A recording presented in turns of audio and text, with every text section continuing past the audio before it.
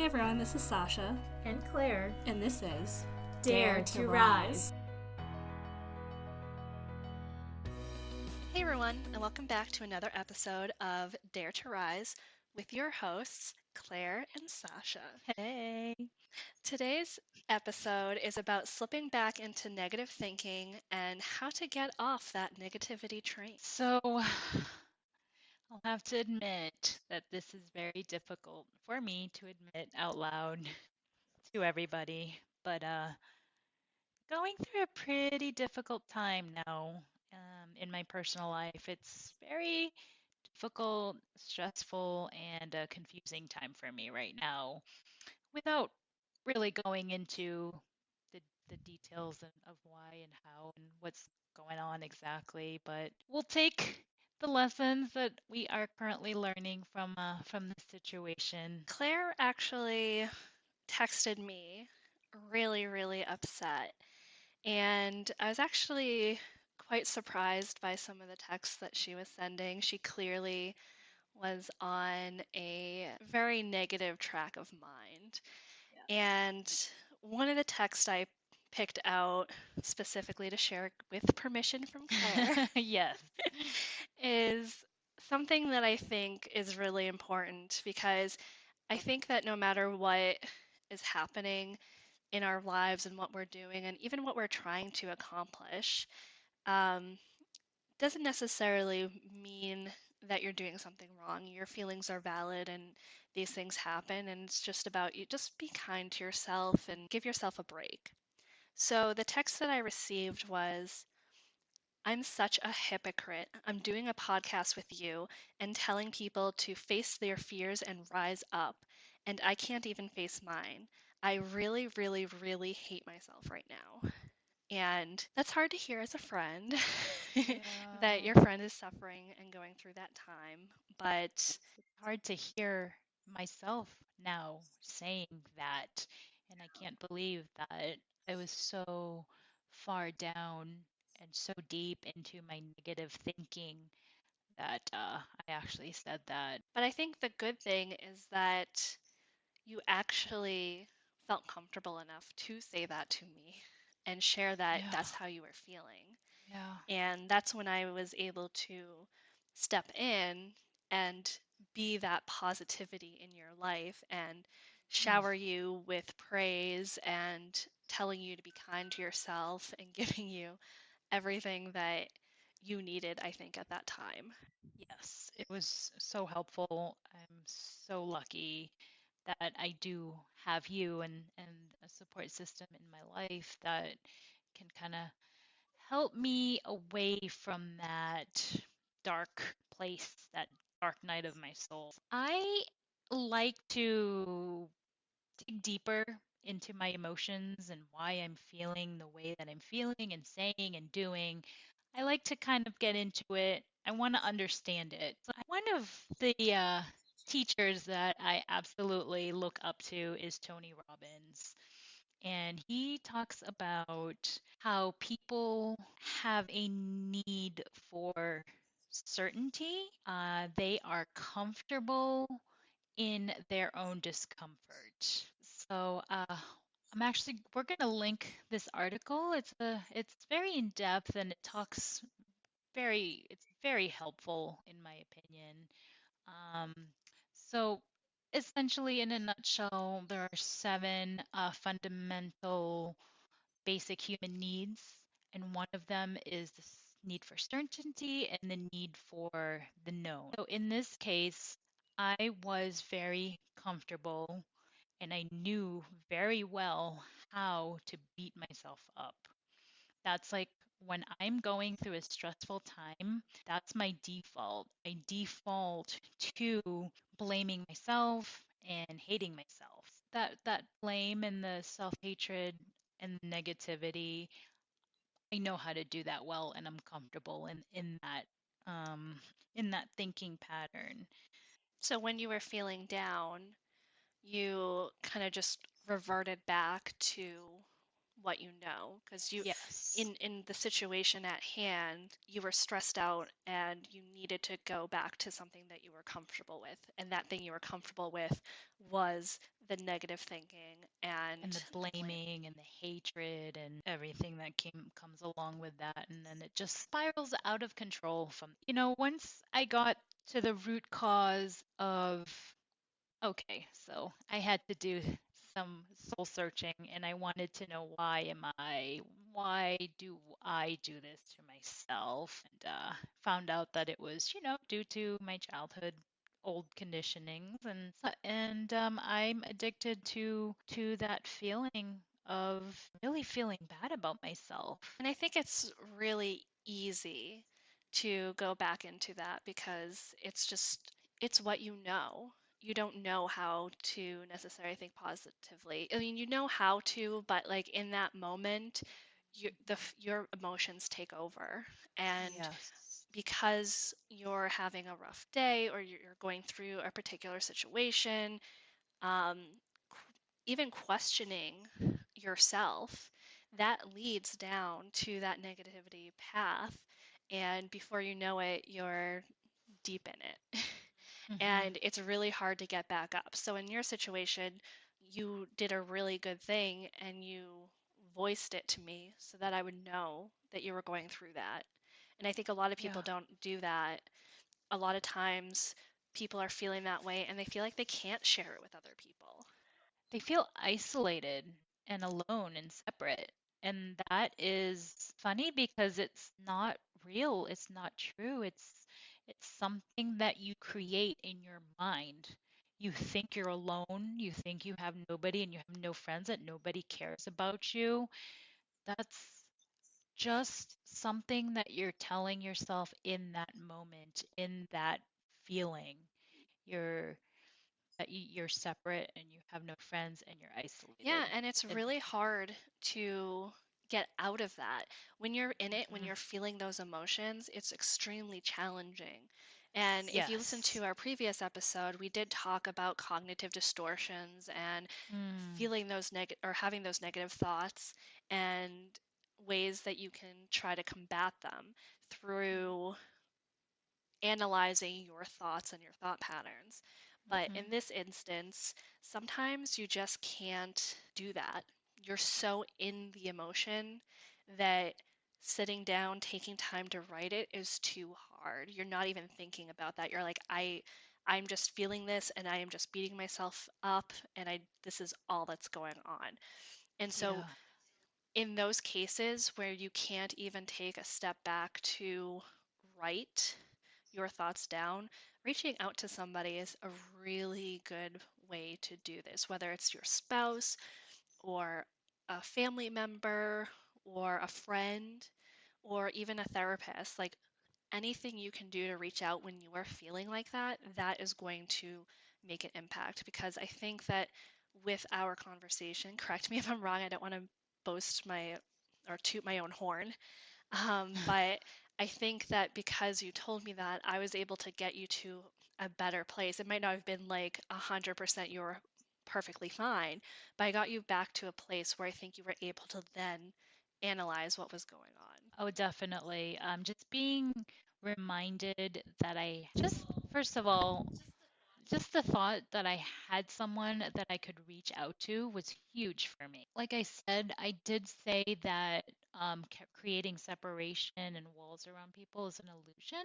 Just to know that I had someone that I could talk to was huge. That right there already took me 3 steps forward. Just hearing back from you right away and you reminding me of my affirmations and reminding me of how much I I do matter and that I am important. It just kind of helped me push me even further, and then that kind of put me back on my self-care routines, my I am statements, affirmations, meditations, etc. Everything that I do to combat all of the internal demons in my soul right now. Yeah, and So, I think for me, it also brings me comfort to know that there's somebody else that's going through this battle too. It's not just me. When I'm feeling like I'm struggling, I can lean on you, and when you're struggling, you can lean on me. And I think having a support system like that is really, really important. It's like my wife, she doesn't really have negative thinking. She's pretty solid and good. So it's like trying to explain to her what's going on in my head. She just doesn't really quite Doesn't get it. So I think understand. the Yeah. key is to have somebody who understands what you're going through. And even if they Yes. don't understand, if you are just so down, just talk to anybody. Just don't do this alone. You know, look, the thing is, I actually wanted to add, you said, oh, reach out to someone, friend, family, therapist. Another thing you could do is there are so many support groups out there that are specific to your need, whether it's fighting an alcohol addiction or narcotics, or there are even There's even group therapy for people suffering from depression or any other yeah, type of mental illness. They're out there. You just need to look for them. yes, and start making connections. And the act of connecting with other people that's going through the same things, it is very refreshing to have that. Yeah. And I think one thing that's important to remember is that even the most positive, happy go lucky person is going to have negative thoughts. Issues. Like, negativity bias is a thing, and it's something that exists in everybody. In Gretchen Rubin's book, The Happiness Project, she touches upon it a little bit, where she talks about that one fact of human nature is that people have a negativity bias. We react to the bad more strongly and persistently than to the comparable good. For example, someone at work slights me in a group email chain. It upset me. The same person then later thanks me in person, tells me I did a good job. I feel anger towards that one slight more than I feel happy about the thankfulness and gratitude for a job well done.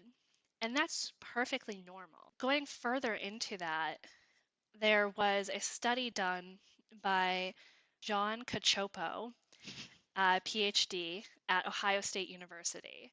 And I'm going to link an article down below about this. And the article was written by Hera Estroff Morano on Psychology Today.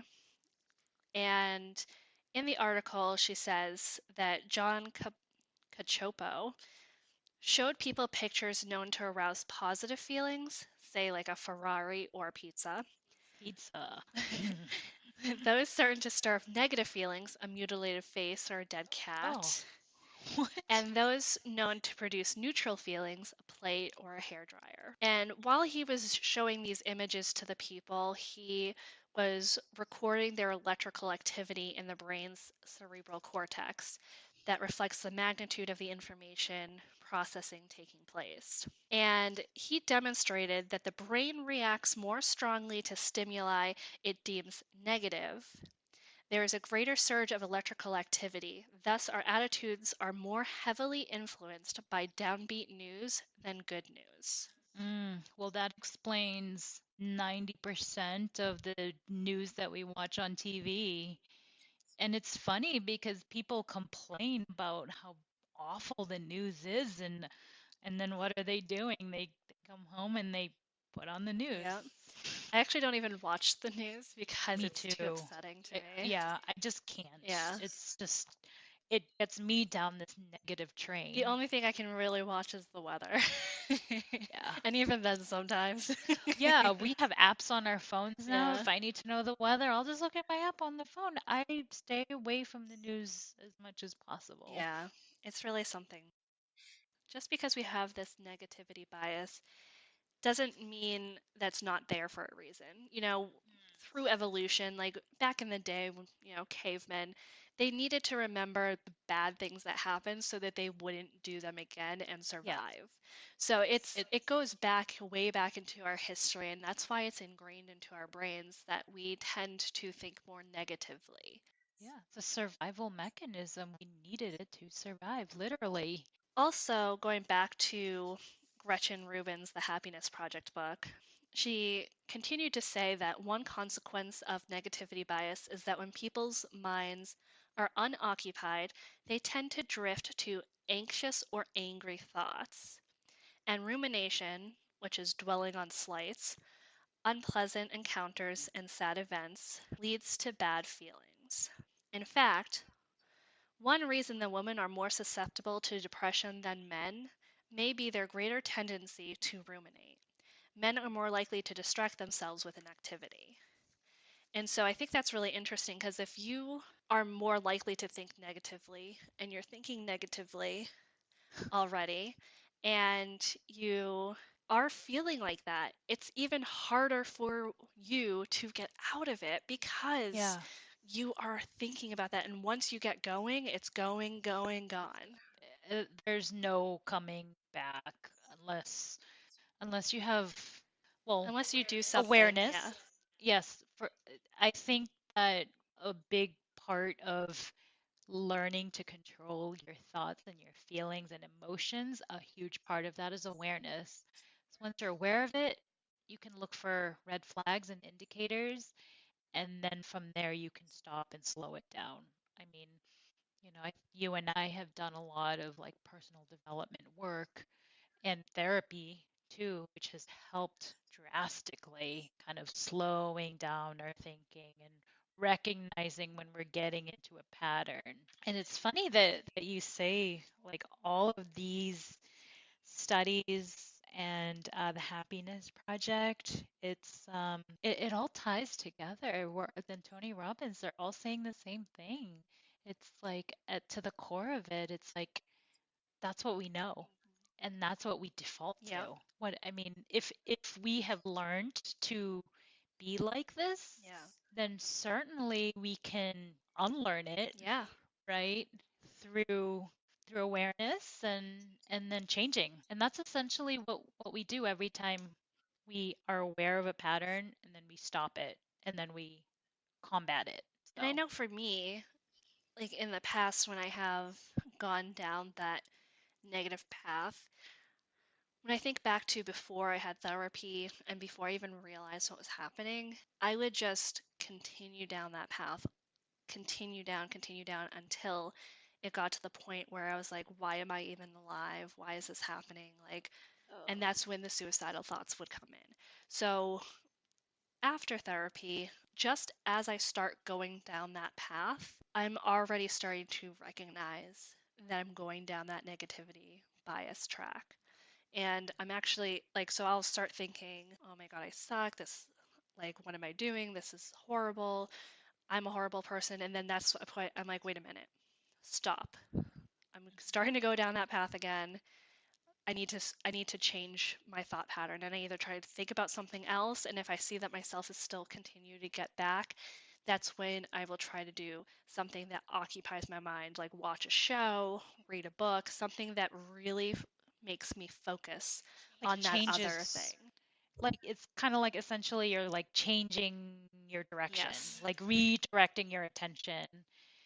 I would add to that, at that point, you could also then reach out to a friend or reach out to your support group or your sponsor or anything along those lines. Anything that just takes that attention and that focus away from that and into something good. And in your So, case, in this particular incident, you reached out to me so that we were able to work with each other to get you back to a better path. And I think that is so important to have people in your life that you can rely on and that you can work with to get yourself out of those negative thinking patterns. I think it's sometimes hard when you're in therapy because you see your therapist maybe once a week, once or twice a week, depending on how much you need it. At nighttime, when you're home, who do you talk oof. to? At nighttime when you're laying in bed and all the negative thoughts come up because you can't sleep, oh boy, that's a slippery slope. it's not like you can call up your therapist at that point and say, hey, help me. I Yeah. mean, maybe some therapists do, but I don't think I would ever do that to my No. therapist. Just that's my personal own thing.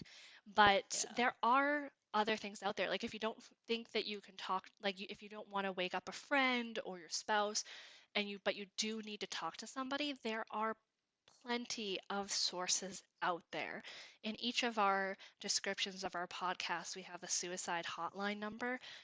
You can always call that. There are They're apps. 24 Yep, they're hours 24-hour service. service.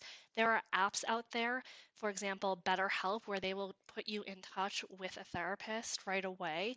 So there are ways that you can communicate with people, get somebody to understand how you're feeling and talk through it so that you can feel better and start working on getting to a better place. And I'll second that too. Yes, super important. And there are resources out there.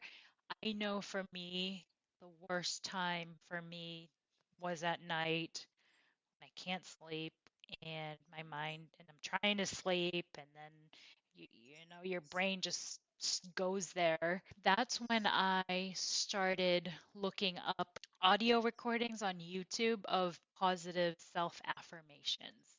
And that's when I started listening to those instead of feeding this negative thinking looping pattern in my head. I stopped and then I put something else on repeat, on loop, on just autoplay. It's like I know the times that I start slipping down that slope and then I'll play it. That's something that has helped me during those dark moments and times when I couldn't or didn't have anybody. And it's funny because I look back now and it was just a Yeah. perception. Like it was I thought I didn't have anybody. I recently opened up to you about a very difficult situation that happened to me when I was 19, and that was around the time that we fell apart. And I didn't think I could reach out to you, but now that I've told you what happened, I think there's so many things that go into a relationship, whether it's romantic or friendship. And there's so many different factors, and you have situations where you grow apart, you grow together. And I know, like in our particular situation, I felt like I wasn't getting what I needed, and therefore I pulled away. And that's not anything and rightly against you. so. It's just Yeah, as I'm reading other things and learning more about myself, it's more of an internal thing where it's I care about yeah, people and I put myself out there, but then I also expect the same in return. And because of that, when I don't get what I feel like I should be getting in return, that's when I get upset with myself and I pull back. And so that's what happened in that situation. And I think that made it really hard for both of us to feel like we could talk to each other. And yeah, like I don't know if I would have been in the same situation, if I would have been able to reach out to you. I probably would have felt the same as yeah, you and been like, no, I can't. But I think that now you and I are at a place where we can actually feel comfortable enough with each other to communicate those. I think we've grown and we've changed so much and evolved so that now we can have yeah. a really good relationship where we can talk about those things and be there for each other and be each other's support system. Yeah, I mean, I had a lot of growing up to do, and I was, I was going through my own things at that time, and it's funny because we weren't talking about these things. Even though I was going through things and I knew that, I didn't say anything to anybody, and I was going through it alone. This is all, we already got Yeah. into this in the past, but that's like the main reason of this Yeah. podcast is to, but And, anyways, and can we we've just gone. take a moment that when you were telling this to me, I was eating a sandwich and I didn't know if I should stop eating the sandwich, so I just kept on eating the sandwich. Because I was like, am I What? supposed to stop eating the Sandwich? sandwich and listen? I don't know what to do right now. Oh, when I told you about the Yeah. situation, yeah, I don't know why it just came out at I mean, that it was fine. It time. was fine that it came out, but I am what you call awkward anyway. that I same. That's why So we that get when you were along. talking to me about this really challenging thing, I just did not, and we were also in a public place, so I also did not want to draw attention Sandwich. to what was happening, even though nobody could hear us. But I didn't want to be like, "Oh my God," and like fawn over you, but also give you this, but I also would give have you the started space to crying. like share. So I'm like, I'm just gonna continue eating. Hopefully this is Eat okay. my sandwich. So the thing is that you You know, probably didn't even notice. I didn't. And that's just it. It's like when you share with someone a story or a difficult time, the one thing I know, and I don't want to speak in generalities, definitely this is a me thing. Like if I just need someone to listen to me, that I mean, or if I'm sharing a difficult time or I'm going through a difficult situation, what I'm looking for is just to have someone there to listen. Not necessarily to like say the right thing or try to fix Stop it eating. or any of that. Stop or like eat a sandwich. So it's just like your very presence of being there and just somebody else to share Yeah. my And I think best what I was trying to burden. bring up is that there's no right way to be there for somebody. If somebody decides to share their emotional issues with you or things that have happened to them, anything, just listen.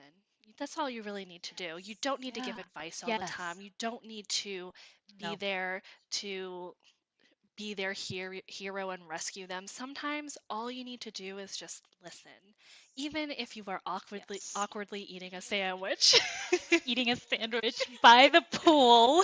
and don't know what to do. Sometimes all you need to do is listen. And so not only should you be reaching out for a support system, but you should also be open and willing to be someone else's support system. That brings us to our next dare. So going through this difficult, stressful, and confusing time in my life right now made me realize the importance of having a support system. So, what we would like to propose for the dare is we dare you guys to start building a support system. And that support system is going to look different for everybody. It could be somebody that you're close with, a close friend, it could be a spouse, or maybe it's even externally finding a group or finding an app that will let you get in touch with somebody when there's a situation, when your negative thinking gets out of hand. That's just it. Really, please, please, please get help. Surround yourself with people that will be good for you. You cannot go through Yeah. this And alone. And depending on where you are, people are at different points in their life with their relationships. For example, maybe you have a falling out with a friend and you want to mend that relationship again. Maybe you can start there and maybe build that bridge and start having a conversation and mend those relationships. Maybe you have a group of friends that are awesome and they're there for you. How can you nurture that relationship more? and after you have your support system, come up with a plan of action for when you are going down into that negative spiral. Who are you going to reach out to, and how are you going to reach out to them? And will this person Yes. be receptive? Like, can they handle, like, Somebody. If you're comfortable enough with somebody where yeah, you're already telling them how you feel, you can say to them, I really want to get out of this negative thinking pattern. Is it okay if I reach out to you when I am struggling with hmm this, yep. and do you feel comfortable with trying to bring me back up?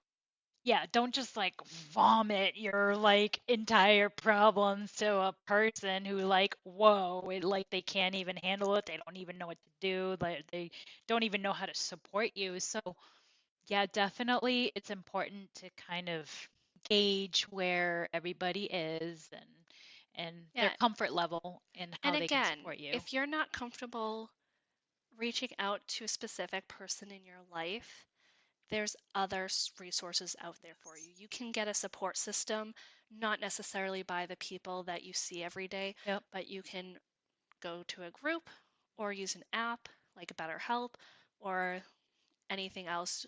There's lots of resources out there. Even finding a phone number you can call, such as the suicide hotline, in our description below. Okay. So our next episode, we'll be getting into some deeper stuff, but I'm gonna try not to cry. no promises. But we really hope you enjoyed the episode, and we'll see you in the next one. Just remember, fear is a 4-letter word that can stand for Forget everything and run, or face everything and rise. We dare you to rise.